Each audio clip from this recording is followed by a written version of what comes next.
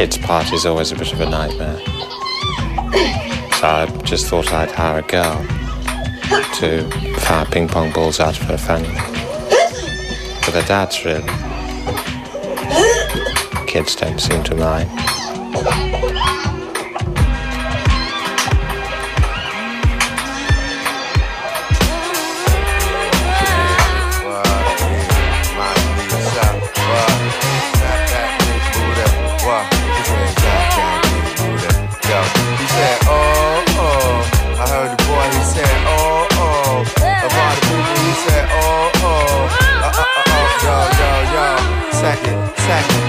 Drifting on the memory, brought forth from a fifth of Hennessy.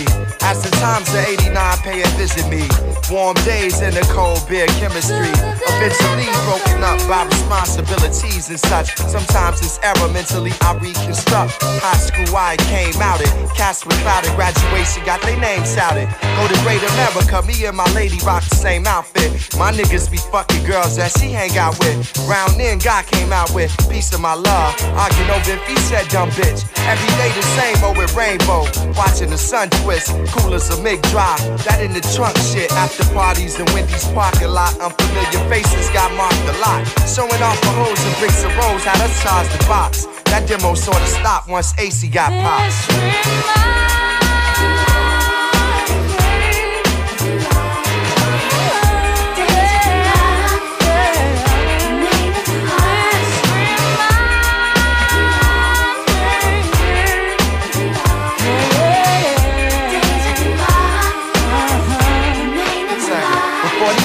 Got a hold to some drugs and start thinking they thugs. We be at the Bismarck and the racquetball club, plug with Gucci promotion, so we got in free. Against the wall, me and my guys formed a colony. Ronna be beaten. Saved my day, dancing on speakers, flames. Snapchat was born this way. 87th Street and Hyde Park was warring. Over gossip, Kenwood bras was pouring. Suited in 3/4 Jordans, pro models, and started coats out the back of beauty shops, ballers. Bought a dope, put my name in they verse. EPMD I would quote. Stolen leathers I'd sell like a charter boat behind the beat. I took my first shot of Henny.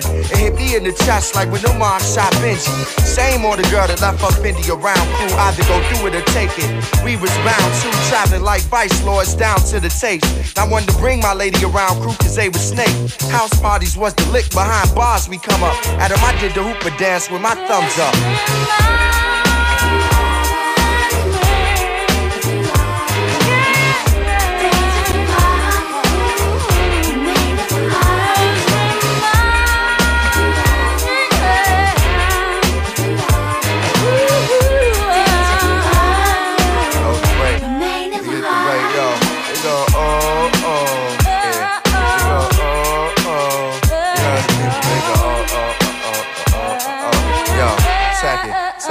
Nowadays, niggas is fake. Like that party at McCormick Place. I don't draw with them, cause they was born to trace. At times I contemplate moving to a warmer place than the lake and skyline. Give me a warm embrace, reminding me of the pointed parties Mo used to make.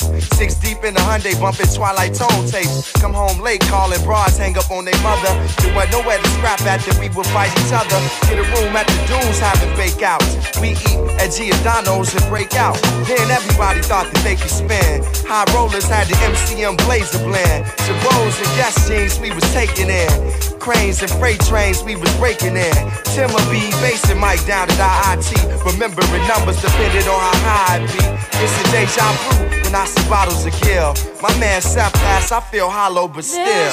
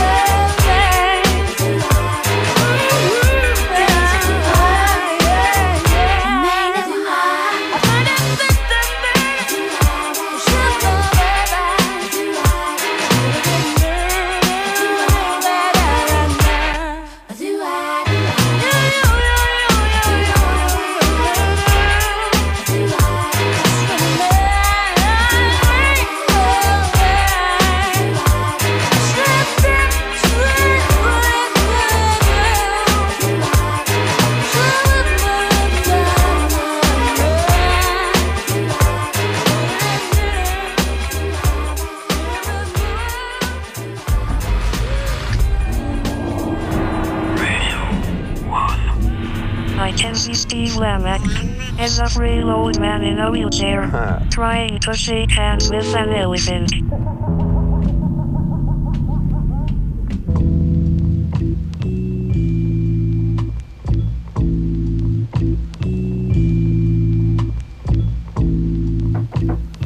Come in. Ah, yes, come in, sit down. Thank you. Okay, so what seems to be the trouble? It's a sore throat. I've had it for about a week now. Okay, just open your mouth for me. And say ah. Ah. And again. Ah. I'm sorry. I'm finding this very difficult. Sorry? Well, you're really putting me off. Oh. It's your face. My face? Well, it is really pretty ugly. I just can't think straight with that in front of me. Right. Looks like a mortared cowpat. I'm sorry. I can't deal with this. You'll have to see Dr. Harris. Dr. Harris? Yeah, his eyesight's appalling. Sarah will sort you out in reception. Okay. Thanks.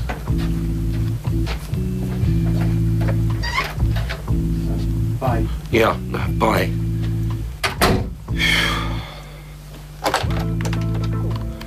Hello, Sarah? Yeah, close your eyes. He's coming back out. Okay.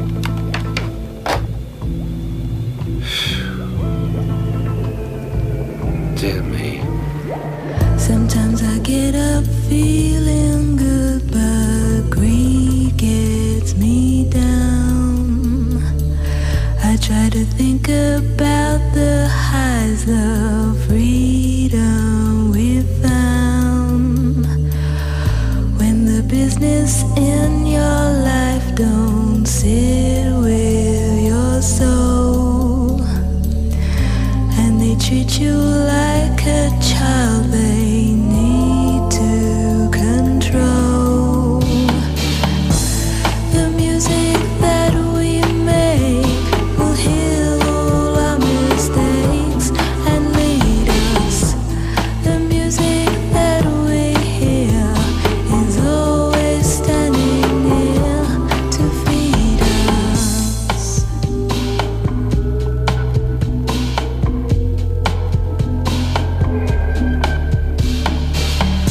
We're all gonna rise above all things that we lack. Good vibrations that we make will come bouncing back. The music that we make will heal all our mistakes and lead us. The music that we hear is always standing near to feed us. My attitude would be no. You raped this woman in good faith. Did she tell you she had AIDS? No. Right. Well, I think you're entitled to compensation for that. Right. So, with your permission, I'll start working on the case straight away. Great. Okay. Great. Thanks very much. Not at all. Cheers. I won't shake hands if you don't like. Right. Okay. Bye. The music that we make will heal all our mistakes and lead us. The music that we hear is always standing near to feed us. The music that we make will heal all our mistakes and lead us. The music that we hear is always standing near to feed us.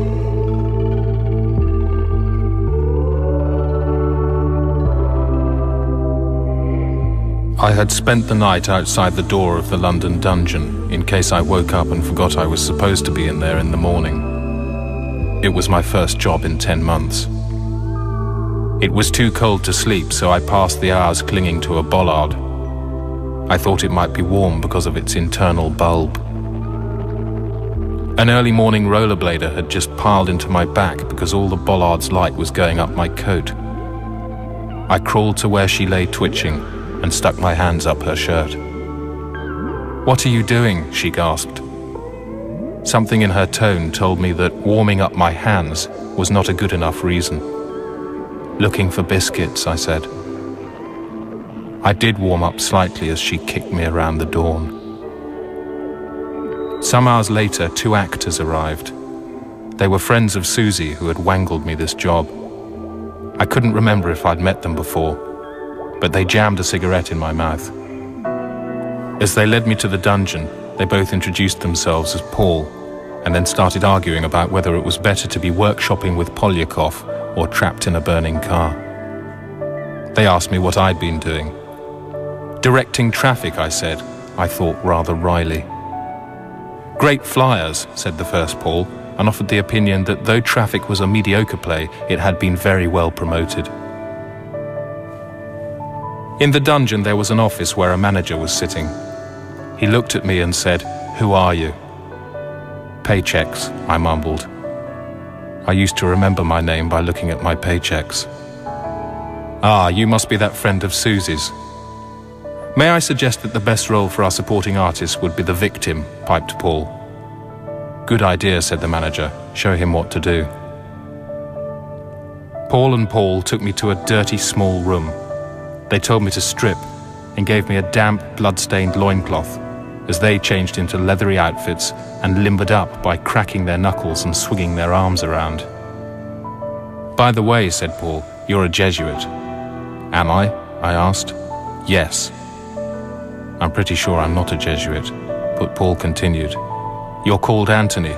You were tortured to death in 1563 for being a Jesuit and beating the Queen's champion at real tennis." "Is this a game?" I said. In a dark, stone-walled room, they told me to lie on a large wooden table. They bound my hands and feet with ropes that ran onto capstans at either end. I felt reasonably comfortable and considered a doze. Then a large group of people trooped in and the poles suddenly turned nasty. They snarled and cursed and started cranking the ropes and shouting at me for being a Catholic and plotting treason against the crown. I had no idea I'd done any of these things. "Confess, you Romish pumpkin!" They seemed very angry. "It was cold," I stammered, "but up her shirt it was warm." Some of the visitors laughed.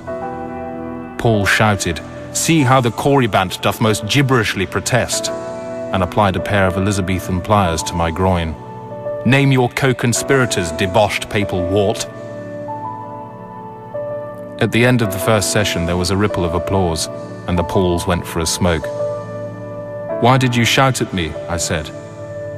"Trying to upstage people is not clever," said one. "Luckily, it wasn't at all amusing and I contained you," said the other. "Can I get off now?" I wondered. But they were too busy shaking their heads and tutting the word Berkoff. When they came back, a larger crowd had gathered. The screaming and cranking started again and I began to feel faint. They threatened to cut open my belly, unwind my entrails and stuff them in my face unless I purged my filthy soul. As I thrashed and blubbed, I noticed a little girl in the audience gaping in innocent fascination. A dam broke quietly in my belly. Suddenly, words were flying from my mouth. "Stop the pain, I'll tell you everything."